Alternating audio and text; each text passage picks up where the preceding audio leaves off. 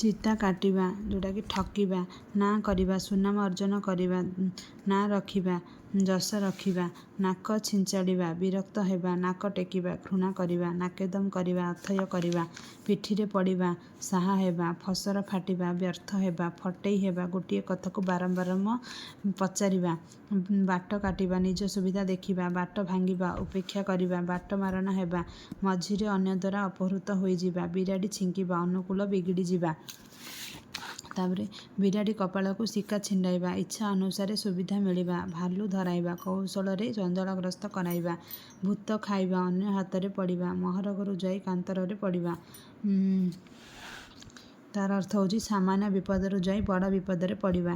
ଚିତା କାଟିବା ଯେଉଁଟାକି ଅନ୍ୟକୁ ଠକିବା, ଛାତିକି ପଥର କରିବା, ଧୈର୍ଯ୍ୟ ଧରିବା, ଛାଇ ନ ମାଡ଼ିବା, ସବୁ ସମ୍ପର୍କ ଛିନ୍ନ କରିବା, ଛାତି ଫୁଲେଇ ଚାଲିବା, ଗର୍ବ ଦେଖାଇବା, ଜିରାରୁ ଶିରା କାଢ଼ିବା, ଅଯଥା ଦୋଷ ଦେଖାଇବା, ଝିଣ୍ଟିକା ମାରି ବଣି ପୋଷିବା, ଦୁର୍ବଳକୁ ମାରି ସବଳକୁ ସାହାଯ୍ୟ କରିବା, ଠାସକୁ ମାରିବା, ଅନୁମାନ କରି କହିବା, ତଳେ ପକାଇବା, ଅମାନ୍ୟ କରିବା, ତିଳକୁ ତାଳ କରିବା, ଛୋଟ କଥାକୁ ବଡ଼ କରିବା।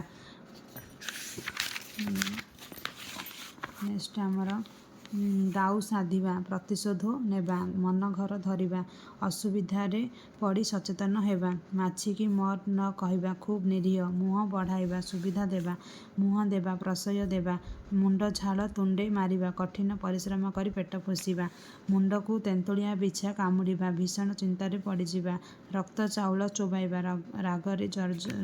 ରାଗ ଜର୍ଜରିତ ହେବା, ସୁଅ ମୁହଁରେ ଯିବା ବା ପଡ଼ିବା, ବୃଥାରେ ଧନ ଦୌଲତ ଉଜାଡ଼ି ଦେବା, ହାତ ଧରିବା, ବିବାହ କରିବା ବା ନେହୁରା ହେବା, ହାତ କରିବା, କୌଶଳରେ ଆୟତ୍ତ କରିବା, ହାତରେ ନ ମାରି ଭାତରେ ମାରିବା, କୌଶଳରେ ଜୀବିକା ବା ବୃତ୍ତିରୁ ଉଚ୍ଛେଦ କରିବା। ଦେନ୍ ଏବେ ଆସିବା ଦେଖିବା ଆମେ ତୁଳନାତ୍ମକ ରୂଢ଼ି। ତୁଳନାତ୍ମକ ରୂଢ଼ି କ'ଣ ନା, ଏଣ୍ଡୁଅ ପରି ମୁଣ୍ଡ ଟୁଙ୍ଗାରୁଛି, ସେ କିଛି ବୁଝୁ ନ ବୁଝୁ ସବୁବେଳେ ଏଣ୍ଡୁଅ ପରି ମୁଣ୍ଡ ଟୁଙ୍ଗାରୁଥାଏ। ଏଗୁଡ଼ା ହେଉଛି ତୁଳନାତ୍ମକ ରୂଢ଼ି। କୁକୁର ପରି ଧାଇଁବା, ଟଙ୍କା କେଇଟା ଲୋଭରେ ସେ କୁକୁର ପରି ଧାଉଁଛି। ସେମିତି ଖୁଣ୍ଟଟା ପରି ଠିଆ ହେବା, ବସିବାକୁ କହିଲେ ନ ବସି ଖୁଣ୍ଟଟା ପରି ଠିଆ ହୋଇଛି। ଗଡ଼ ପରି ପଡ଼ିବା, ଲୋକଟା ଗଡ଼ ପରି ପଡ଼ିଛି, ପଦେ ବି ଜବାବ ନାହିଁ। ଛୁଞ୍ଚି ପରି ମୁହଁ କରିବା, ସବୁବେଳେ ଛୁଞ୍ଚି ମୁହଁ କଲେ ହିଁ ତତେ ଲୋକ ଭଲ ପାଇବ। ଜୋକ ପରି ଲାଗିବା, ପେଡ଼ି ପରି ମୁହଁ କରିବା, ପବନ ପରି ଧାଇଁବା, ପ୍ରସାଦ ପରି ପାଇଦେବା, ବରଡ଼ା ପତ୍ର ପରି ଥରିବା, ସାପ ପରି ଫଁ ଫଁ ହେବା, ସିଂହ ପରି ଯୁଝିବା। ମାନେ ବାଳକ ଅଭିମନ୍ୟୁ ସପ୍ତରଥୀଙ୍କ ସହିତ ସିଂହ ପରି ଯୁଝୁଥିଲେ, ଶୁଆ ପରି ଘୋଷିବା। ଗୀତଟା ତା ମନକୁ ଏମିତି ପାଇଛି ଯେ ଦିନରାତି ଶୁଆ ପରି ଘୋଷୁଛି। ଏଇଠି ସରିଲା ଆମର ତୁଳନାତ୍ମକ ରୂଢ଼ି। ଭିଡ଼ିଓଟି ଭଲ ଲାଗିଲେ ଚ୍ୟାନେଲକୁ ଲାଇକ୍, ସବସ୍କ୍ରାଇବ୍, ସେୟାର କରନ୍ତୁ। ଏହି ଭିଡ଼ିଓ ଯେଉଁମାନେ ଆଗକୁ ଓଡ଼ିଶାର ଏକ୍ଜାମ୍ ଦେବାକୁ ଚାହୁଁଛନ୍ତି ବହୁତ ହେଲ୍ପଫୁଲ୍ ହେବ।